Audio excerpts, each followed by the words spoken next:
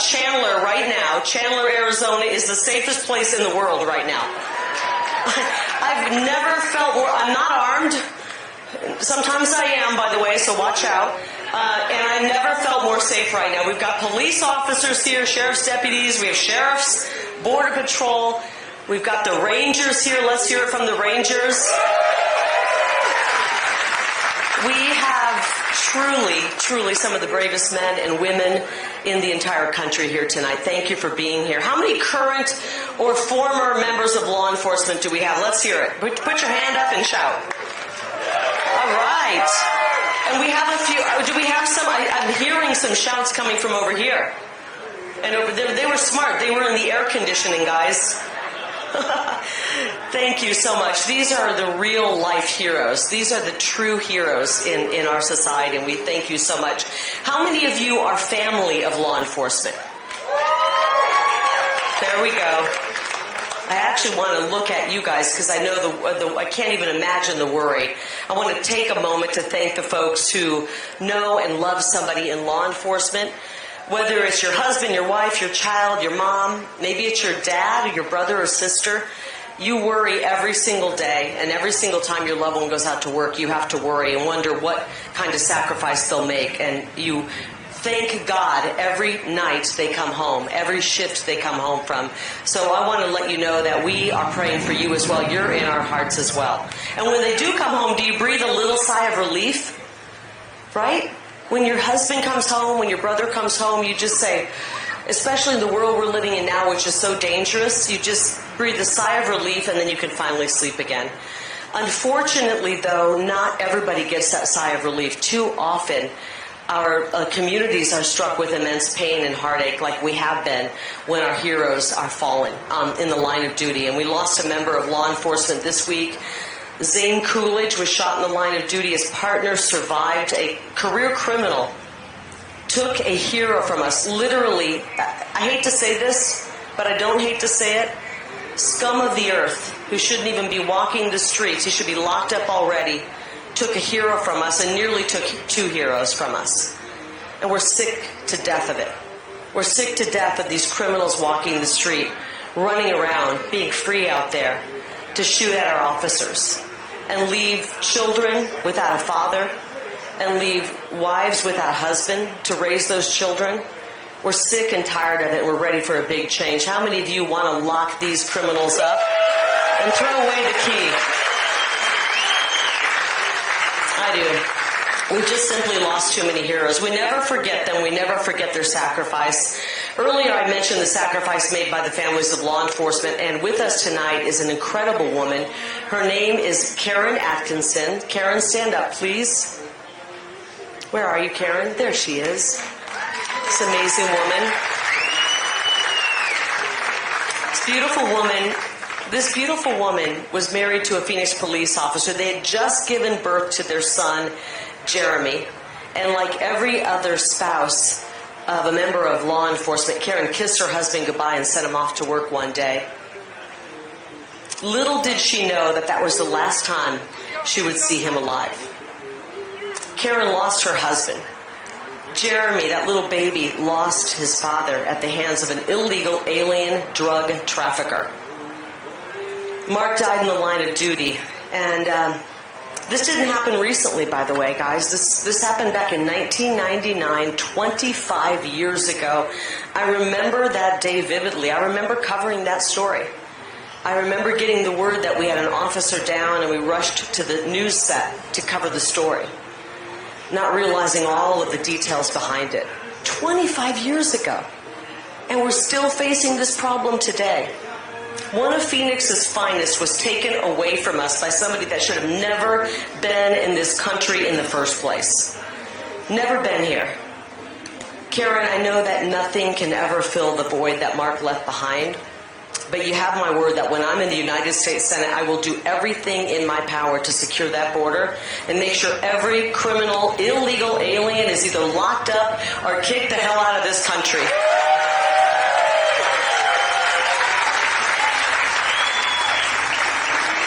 You know, we have criminals that have been let out of prisons in other countries. Imagine the most hardcore criminals we have in our prisons. We got some pretty hardcore prisons here. Imagine if we took all of the most hardcore criminals we had and deposited them into another country. That's exactly what's happening here. Venezuela, as much as I despise Maduro and I despise the communism that's taken over, he has emptied out his prisons and sent the most dangerous human beings in the whole world into our country to walk our streets. And Ruben Gallego and Kamala Harris and Joe Biden, if he even knows what's going on, has given it the thumbs up and welcomed these people in. It's despicable. It's evil. Someone just said it's evil. It truly is evil. They've taken people who are not crazy. They are certifiably insane. And they've dumped them into our country. That's who's roaming our streets right now. We know that the Venezuelan, how many of you have seen the Venezuelan gang members that are taking over Colorado? Can you imagine? Well, first of all, we wouldn't put up with that for 1 second down here. Thank God for the Second Amendment. Thank God for the Second Amendment. But you know what? Because of the Second Amendment, the Chilean cartels are down here in Arizona. Have you heard about how they were active until our amazing men and women in law enforcement put an end to it? Hundreds of men, hundreds of families had their homes burglarized by Chilean gang members who they call them the dinner time bandits, because actually they were smart enough to know not to break into Arizonans' homes while they're there, because they may not make it out of that home. But they waited until mom left to go to the grocery store to pick up groceries, and they break into our homes. And they're breaking into some real fancy homes in Paradise Valley and Mesa, all over the state, all over Maricopa County. And they're robbing us blind.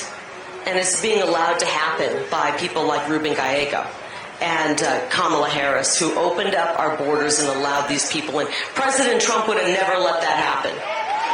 President Trump would have never let that happen. We're so tired of it. How many of you are so ready for Election Day you wish it was today? Oh, I wish it were today. Got 2 more months. Hang in there with me. All right, just last year, Officer Denise Bruce Jones and her partner were on a domestic violence call when a criminal opened fire on them. She took a bullet, and I am very, very proud to tell you that after an intense recovery period, Officer Jones is still with us. She's right here in the audience today. Officer Jones, please stand up. Can you come up? Law enforcement deserves more than just the benefit of the doubt. I want the officer to come up and look how amazing. What a recovery. My gosh. Thank you so much. Thank you so much. Can you say a few words? No. I said, can you say a few words? She said no. Just tell us how you're feeling.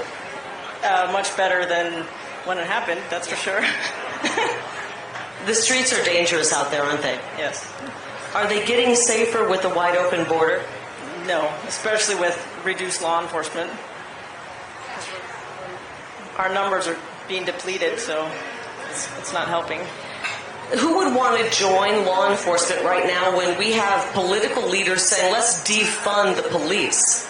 Why would somebody want to jump into that? I'm going to tell you, starting in January 25, we are going to fully fund the police. And we're going to fully staff the police. Thank you so much. We're so happy that you have recovered. Thank you. We're blessed to have you, Officer Jones. Thank you so much. When I'm in the United States Senate, I will support legislation that calls for the death penalty for any criminal who kills a police officer in the line of duty. If you're going to take out one of our heroes, we're going to take you out. We don't need you. And I want to send a message to law enforcement and their families. I've got your back because you've always had our back. Every day you go out there, whether you want to or not, whether it's a tough day for you, whether you have stuff happening in your own life, and you step out, you put that badge on, you put that vest on, you step out and you protect us. And you don't know what's coming up, what person you're going to pull over, what's going to happen. And we appreciate your bravery and courage every day. I wanted you to know that I will fight to protect qualified immunity. I think you heard one of our previous speakers mention that Ruben Gallego wants to get rid of qualified immunity. I think you guys all know what that means, but for people who are not involved in the world of law enforcement, that is absolutely shocking, that he would want to take that protection away from you. Basically what that means is when an officer goes out there and is trying to protect us, and it's in a moment where it's life or death, he's going to have to think and triple think and double think and wonder if he can even take his gun out of his holster to try to protect his life. Because if he makes a mistake, his life is ruined, his family's life is ruined, they take every single penny he's got, and he's destroyed. And what's happening right now with law enforcement is that many of our men and women in law enforcement are afraid to take their gun out of their holster when they should be actually shooting. They're so afraid of what could happen. Ruben Gallego wants to take qualified immunity away. I want to make sure we strengthen it and make sure that no city or municipality can ever take that protection away from police, ever. I will work to repeal the Social Security windfall elimination provision. Yep, the people clapping get what that means. You pay into Social Security and you deserve the benefits of it. It's really simple. Private industry gets retirement and their full Social Security, so why shouldn't those who are willing to risk it all get that benefit as well? I know that, as many of you know, our Phoenix Police Department is under attack by a weaponized DOJ. Sheriff Joe, you know what I'm talking about. They came after you, they came after your department. They're attempting to impose a consent decree, which is nothing short of a federal takeover of our local law enforcement. I will not stand for that. And I know President Trump won't stand for it either. After sitting by for years, by the way, let me remind you, Ruben Gallego has been in Congress for 10 years. He's done zero to support our police, but he's done a whole lot of things to undermine our police. He's done nothing to help. My opponent, Ruben Gallego, finally, in the last couple weeks, wrote a strongly worded letter feigning concern over the issue of the DOJ trying to take over our local police department, simply because an election, as many of you know, is just a couple of months away. Ruben, I don't know if you're out there and if you're listening, but if you truly cared about our police, you would have done this years ago. Save us the lies. We understand what's going on. No one's falling for it. We understand what's happening. We've all seen your commercials. You're not that good of an actor, frankly. He's got to work on his acting skills, frankly. So in the U.S. Senate, not only will I do everything in my power to stop this DOJ takeover of Phoenix, but I will end the consent decree that is currently having a debilitating impact on the Maricopa County Sheriff's Office. We don't want our Maricopa County Sheriff's Office, our Phoenix PD, being run by the federal government. We want the federal government out of our lives and out of our law enforcement. Our Arizona officers are highly trained and do a great job. You know, it was about 3 weeks ago, I had the opportunity to go and do a shoot or don't shoot training. How many officers here have had that training?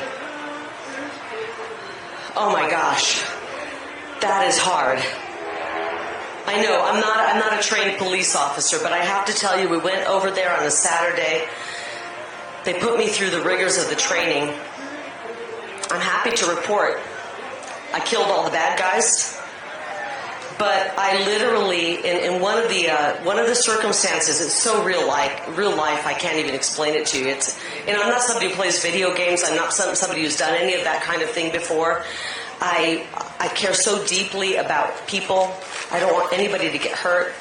And they put me into a mass shooting situation.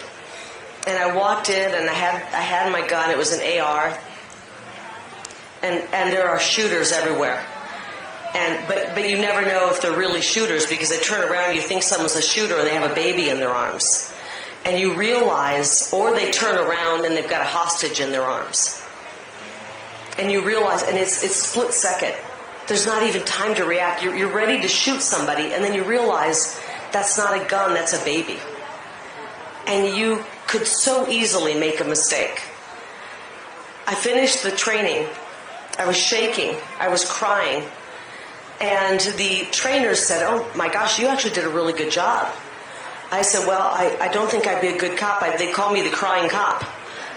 Because I'd be crying every day. What you guys have to deal with every day, this split-second decisions. What I realized is I love our law enforcement so much, I never thought my love and appreciation could grow. It grew tenfold that day. My husband and I have talked about it. He actually took video of me. I said, can we please get rid of that video, because I don't want anybody to see me crying as I'm trying to go through this training. It didn't look very, very strong, but it's so intense what our men and women in law enforcement go through every day. And then I was reminded as I came out of that after a situation like that, a mass shooting, a very traumatic situation, they don't get time to get good with their feelings. They have to sit there and immediately start doing interviews, filling out paperwork, and doing the additional work that law enforcement has to do. We cannot possibly appreciate these men and women enough. However much you love them, we can't love them enough. We got to love them even more. They need our support. It's intense. So, lastly, I will make sure that our law enforcement agencies have the equipment that is equal to the threat of the criminals and suspects that they're facing. You know what? These people that were these criminals on the streets, many of them are now associated with the cartels. It's really, really bad out there. These guys aren't just street level criminals. These are hardcore criminals. I want our officers and their families to know that I will do everything I can to ensure that they have every bit of equipment that they need and they're prepared for the fight that is on the streets. I want them to return home every night. Some of you might remember my days in the news media. Sheriff Joe was just talking to me and remembering about when I covered him at Tent City. Boy, we need Tent City, don't we? He said there was always an opening. There was always an opening. There was always room at Tent City. If you're going to commit a crime, we're never going to turn a criminal away. We're going to lock them up. And we need somebody who's tough on crime. I spent about 30 years reporting the news as a fair and honest journalist. I did a lot of reporting on the helpers. I got to talk to so many brave men and women in law enforcement over the years, covering stories of the crimes that they helped uncover, that they helped to investigate, and that were solved by their bravery. And many times in my experience as a journalist, I began to sour on the way things were being covered. How many of you remember back, I don't even want to go back to the summer of 2020. They called it the summer of love. I called it the summer of insanity. When people were marching on the streets, remember, we couldn't be within 6 feet of a loved one without a mask on. Unless you were protesting and burning down and tipping over cop cars and protesting our police and burning buildings, then you could be up close with people, but not if you were just wanting to be with your family. The summer of 2020, my opponent, Ruben Gallego, actually went out to those protests against our police, these BLM protests against our police. He called them mostly peaceful protests, which is a total laugh, and said that the police were the bad guys. Ruben, you are the bad guy. Okay? You are the bad guy. Our police are the good guys, and we're not going to let your acting in the last 2 months of an election sway this vote. We know who you are. We know you want to defund the police. We know you want to get rid of qualified immunity. We know you want our police to be weakened, and you want our streets to be unsafe. And by the way, you also want the border wide open. We're sick and tired of this politics. We're sick and tired of the left. We're sick and tired of the Democrats. Did I say rats? I'm sorry. Democrats trying to destroy this country, and we are going to save this country. So part of the reason I walked away from the news, I must admit, is that I was tired. I wasn't willing to be a propagandist. I saw during that time, thank you, 95% of the people in the mainstream media are raging liberal Democrats. Raging. And while I was working with them, I would watch as they would cover a protest. They would call it a peaceful protest, and meanwhile you got somebody trying to burn a building down or tip over a cop car.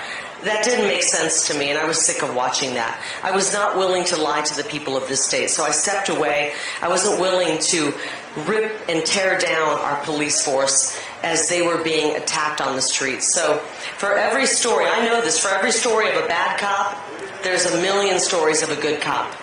There's a million stories of a good cop.